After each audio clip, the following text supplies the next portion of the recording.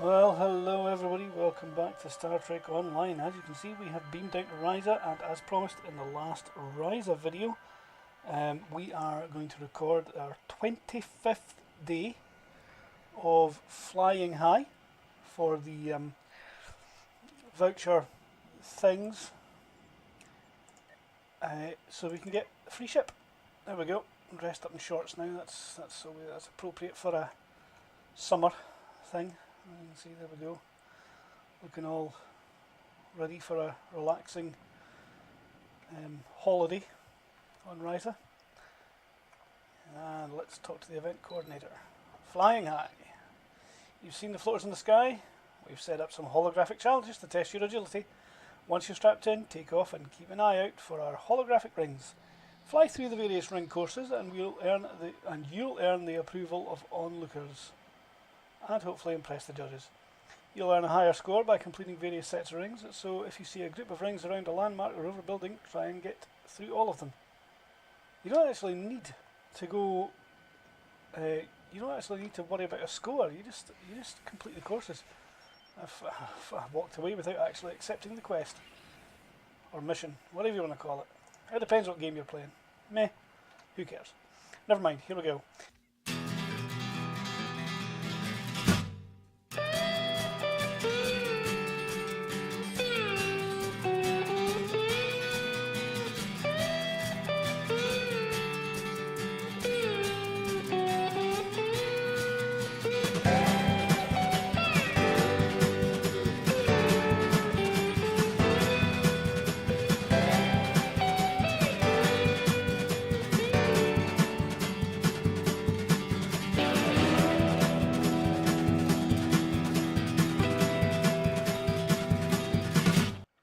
I don't know if you've noticed, but there's a little icon at the top right of my screen, currently flashing green. That's telling me that there is a project waiting to be collected from the reputation place. And earlier on in this month, Star Trek Online had an event. It lasted just a weekend, and over the 4 days you needed to collect three of these things, weekend event vouchers. They're called the Kobayashi Maru. It's a new queue that's been added back into the game to play. I don't think it's available outside of the event. I could be wrong. No, it's not there. But I think the developers took out a queue a long time ago, which was to aid a sort of distressed Starship, if I remember rightly, and they've rebuilt it as the Kobayashi Maru event, which is basically an event which you never ever win. It's just wave after wave after wave of ever increasing difficulty of more powerful ships that attack you and the Kobayashi Maru with the intention of destroying it. And you needed to complete rounds 1, 2 and 3 at least to get the weekend event voucher, and the prize for that was these fancy phasers, which I'm a little bit disappointed about. They're going to be really quite nice for Federation characters to have, but not so much Klingon or Romulan. What would have been nice is a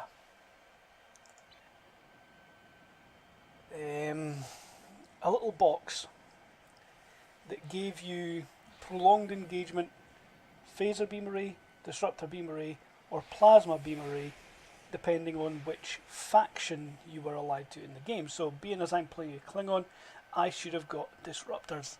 That would have been nice. Applies 1 stack of amplified relays, and that could have been done per stack. This weapon deals 1% increased damage. Every 5 stacks gain 20% firing cycle for this weapon for 8 seconds.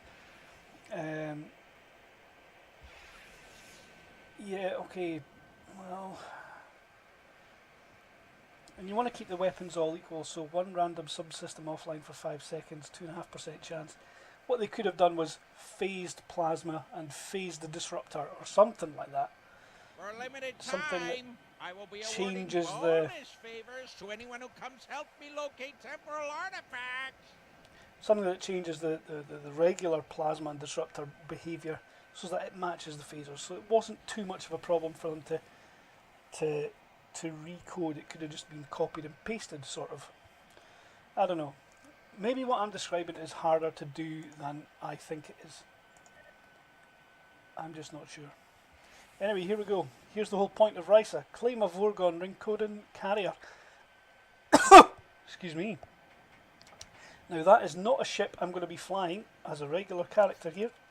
I'm not going to be using this ship at all as a regular ship. But let's have a look and see what the Starship trait is.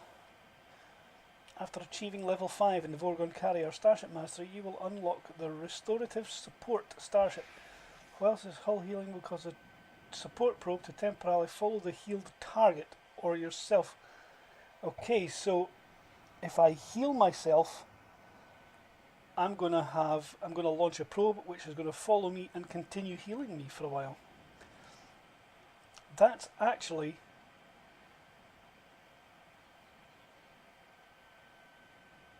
wow, drains the shields of nearby foes as well. That's actually a very useful trait. So I think I will use that ship just to get the trait. For no other reason, just to get the trait. Now I notice here I've got a couple of rising tropical bird eggs. So I'm going to go and collect the mission to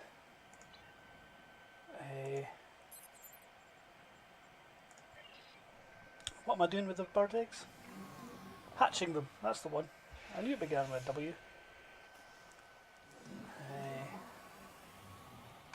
Yeah. So lots of different things going on here today. Just tidying up here on Risa. I'm going to have to keep coming back and all that and level up the birds so I can get my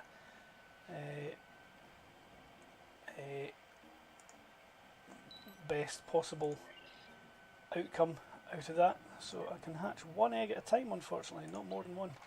But let's open up the box for the new ship. In game it's called the Odin.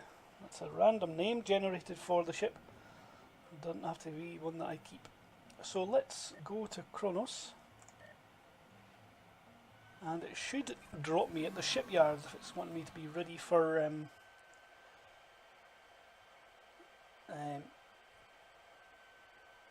sorting the ship. Or activating the ship, even. I'll get the terminology right here. Nope, it's put me at First City. So I need to go to the shipyard.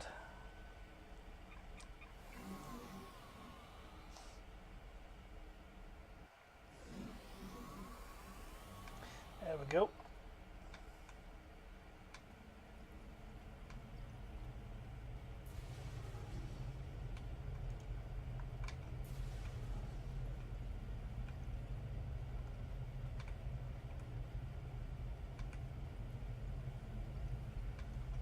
Ship selector, and what was it again? The Odin. We'll stick with that name just now. Got a lot of other ships from previous events. I've flown that ship in a couple of missions. Haven't used this one yet. This one's a nice one. I'll be using that at some point. Yeah, this is the one we've just achieved. It's very nice. This one looks like a can opener. Again, it's got a nice trait, so I'll level up the mastery to get the ship. This one is an old tier 5 ship from a few years back. I reckon this year's Christmas ship is going to be a variation on this thing, an update to that, because the one that's sitting down here was last year's update to this, which we got. No, not that. Ah, the one I'm thinking of isn't there. Oh well, never mind. This was last year's summer ship, another Vorgon one. And this one was a few years ago at Christmas time as well. So we've got a few ships, a few tier 6 ships just by playing various events at various times in the year. And because when you claim a ship on one character, you can claim it on all other characters on the account as well, which is very good. It means that although this character isn't that old, he has access to ships that were claimed before he was created, which is a nice thing to be able to do. So here's the new ship. It's very long, looks very pretty much like it belongs underwater actually. It looks like it swims. I mean, it doesn't obviously, but it looks like it swims. Okay, let's check the paint job. Material, nope. Vorgon or none is the two options on the paint job. That is kinda dull. What does Vorgon have? It's sort of a leopard print? Tiger stripe pattern? I don't know. You might think of something else.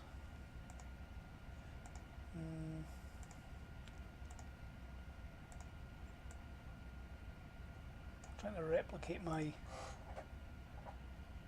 tiger colours off the YouTube icon or logo or banner, whatever you want to call it.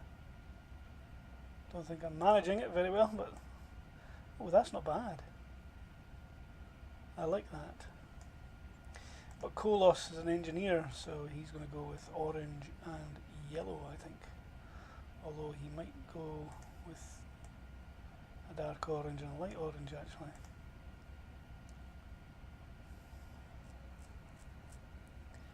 Well, maybe not. I think I'm going to go with that. I quite like that. And chances are I'm going to stick one of the visuals on it that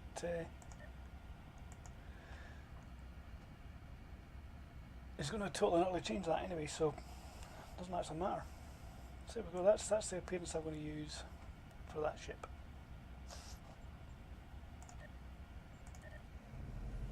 And that's it. There we go. Not actually going to fly it because I've got the what's the ship I've got? The Mata Raptor.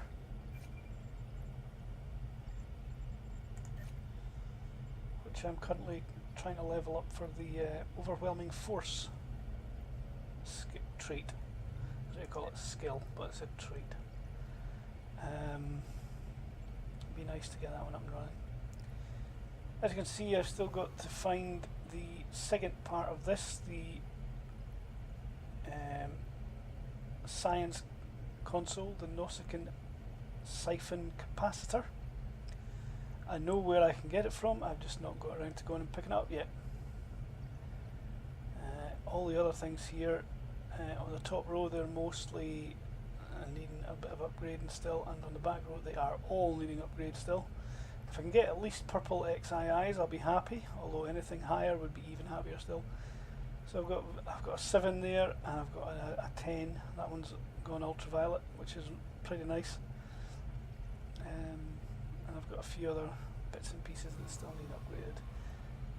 There's a Mark 11. I need to get that up to Mark 12, but I haven't had the chance to do that yet. And there's one that went gold when it was being upgraded from a very low level, so it's got quite a nice amount of disruptor damage on it. And as you can see, I'm still on my way to level 1 on mastery. I've not really done much in the way of getting this up yet, but that should be changing soon. Probably. Maybe. Perhaps. I don't know. Anyway, I am going to leave this video right here. I'm going to leave Kohloss in the shipyard, and my plan is over the next few days to record some videos, because I haven't had much chance to do anything other than the Risa ship stuff this last few weeks. And as you can see, the plan was to do Kohloss through these in sequence, but as you can remember probably, we played through the Dust to Dust event mission a few years back, which meant it unlocked things like all of these, Uneasy Allies and the Iconian War, and we played through all of this, and we've been going through featured episodes. We've still got these two to do. Now that I'm level 60, I can pick this one up. Maybe I should do this, finish off this. Yeah, that's what I should do. I should finish off this arc, and then because these ones are done, yeah, I should do these two to finish off here. Temporal Reckoning and Ragnarok, and get them up sometime in the next few weeks.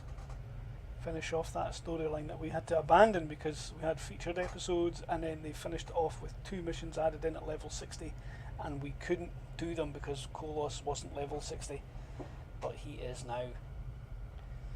So there's the plan. We'll do those 2 missions. We'll maybe even get some of this Ficlari return line. Blood of the Empire is relatively quick if I remember rightly, as is Destiny. And Afterlife and the Gates of Grithor are 2 missions that sequence together. When you finish Afterlife, you automatically start the Gates of Grithor, which means it could be those 2 are in a single video. But we'll see how that works out when we record them. There's a new featured episode coming soon, but unfortunately I'm not going to get a chance to record that until I come back from holiday. I'm trying to record some videos, edit them, and get them up before I go on holiday, so that they're sort of they appear on a schedule, and I'll be able to record the new featured episode when I come back from my holiday. That's the plan. Let's see if that actually happens though. Yikes. Well, let's just roll the outro, and we'll see you guys in the next video. Bye for now. Thanks for sticking around till the end of the video. In the middle of the screen there's a button that will allow you to subscribe to the channel if you're not subscribed already. On the left is another video of similar stuff. On the right is just another random video from my channel. Give me a thumbs up if you like this, and leave a comment down below about something you think I can do better. Bye for now.